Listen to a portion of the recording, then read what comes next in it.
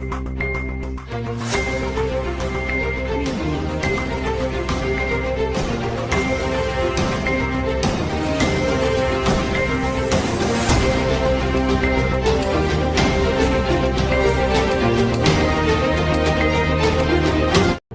दोस्तों, मैं हूं सुरेंद्र सिंह कछवाहा और आप देख रहे हैं न्यूज की शक्ति। आम आदमी पार्टी ने इंडिया गठबंधन प्रत्याशी को जिताने की अपील करते हुए पार्टी कार्यालय में की प्रेस वार्ता। आपको बता दें, आम आदमी पार्टी के प्रदेश प्रभारी सांसद संजय सिंह द्वारा उत्तर प्रदेश से कार्यकर्ताओं को इंडिया गठबंधन प्रत्याशी के समर्थन में प्रचार प्रसार करने को निर्देशित किया गया था, जिसके चलते आज आम आदमी पार्टी कार्यालय में जिला अध्यक्ष संतोषी लाल शुक्ला की अगुवाई में इंडिया गठबंधन प्रत्याशी के समर्थन में जिताने की जनता से अपील की है।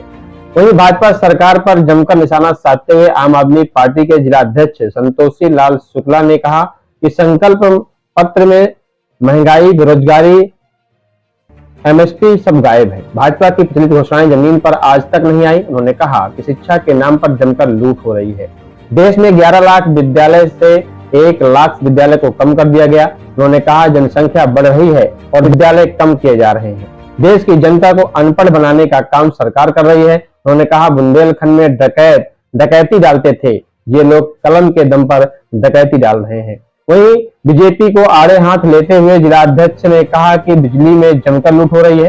बिजली के मीटर में मोटी मोटी तार लगाकर जनता के खून को चूस रहे हैं। किसानों का कर्ज नहीं माफ कर रहे हैं। ये सब जाकर जनता के बीच हम जाकर सब बताएंगे।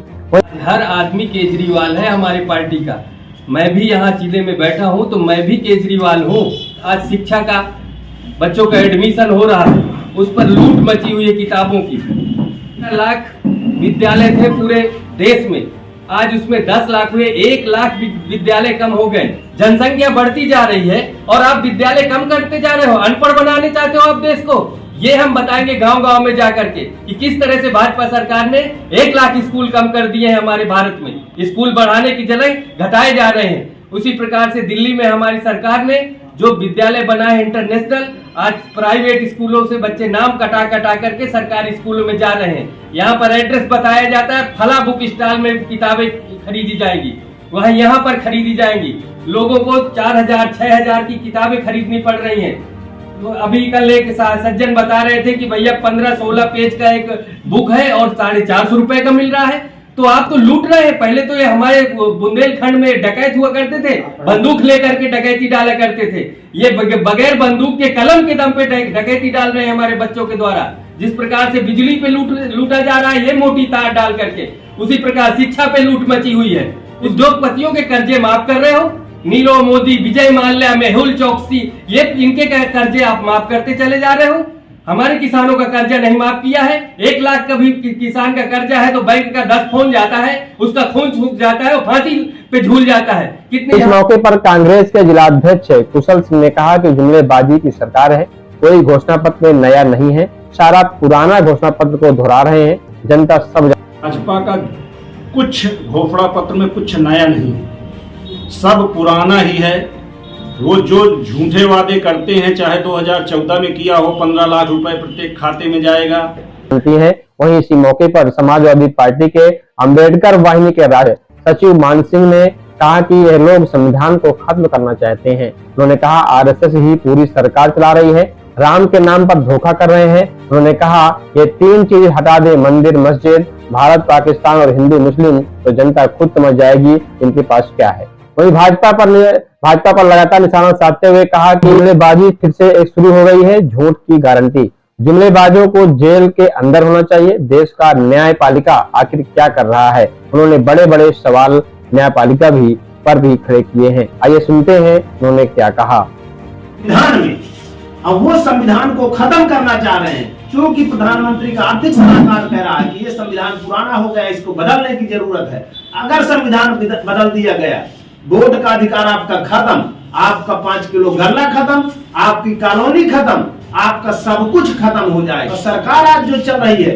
वो आरएसएस वाले सरकार को चला रहे हैं, भाजपा सरकार नहीं चला रही है, आरएसएस सरकार चला रही है।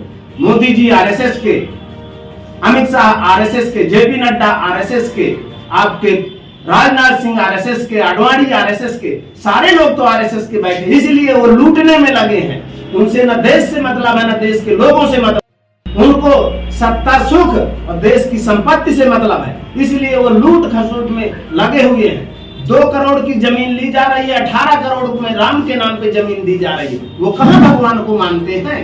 आज मंदिर जो अधूरा है अभी, उसमें लगभग 200 करोड़ का घोटाला हो गया, वो कहां भगवान को मानते हैं? ये मुद्दे हटा दें, मंदिर मस्जिद, भारत पाकिस्तान, हिंदू मुसलमान, इनके पास कोई काम नहीं है। अब तो एक और जो है झूठ की गारंटी ले आए हैं। कौन सी गारंटी बताएं? कोई गारंटी अगर पूरी हुई हो तो हमें बताएं। 2 करोड़ रोजगार की बात किया था जब 2014 में आए, और जब लोगों ने पूछा कि आपने 2 करोड़ रोजगार की बात किया, 15 लाख खाते में डालने की बात किया, तो क्या कहा कि ये तो जुमलेबाजी हमने किया था। जुमलेबाजी का मतलब होता है झूठ। 420 और ऐसे 420 को जेल में होना चाहिए। ये हमारी न्यायपालिकाएं क्या कर रही हैं? इन 420 को अपने स्वतः संज्ञान लेकर के इनको जेल में डालना चाहिए, जुमलेबाजों को। और क्या कहा था कि 2022 तक किसान की आय दूनी करेंगे। बताइए कौन सी गारंटी है? जितने वादे किए थे, कोई भी इनका वादा आज तक पूरा नहीं हो गया। 100 स्मार्ट गांव बनाएंगे, स्मार्ट सिटी बनाएंगे, बुलेट ट्रेन चलाएंगे।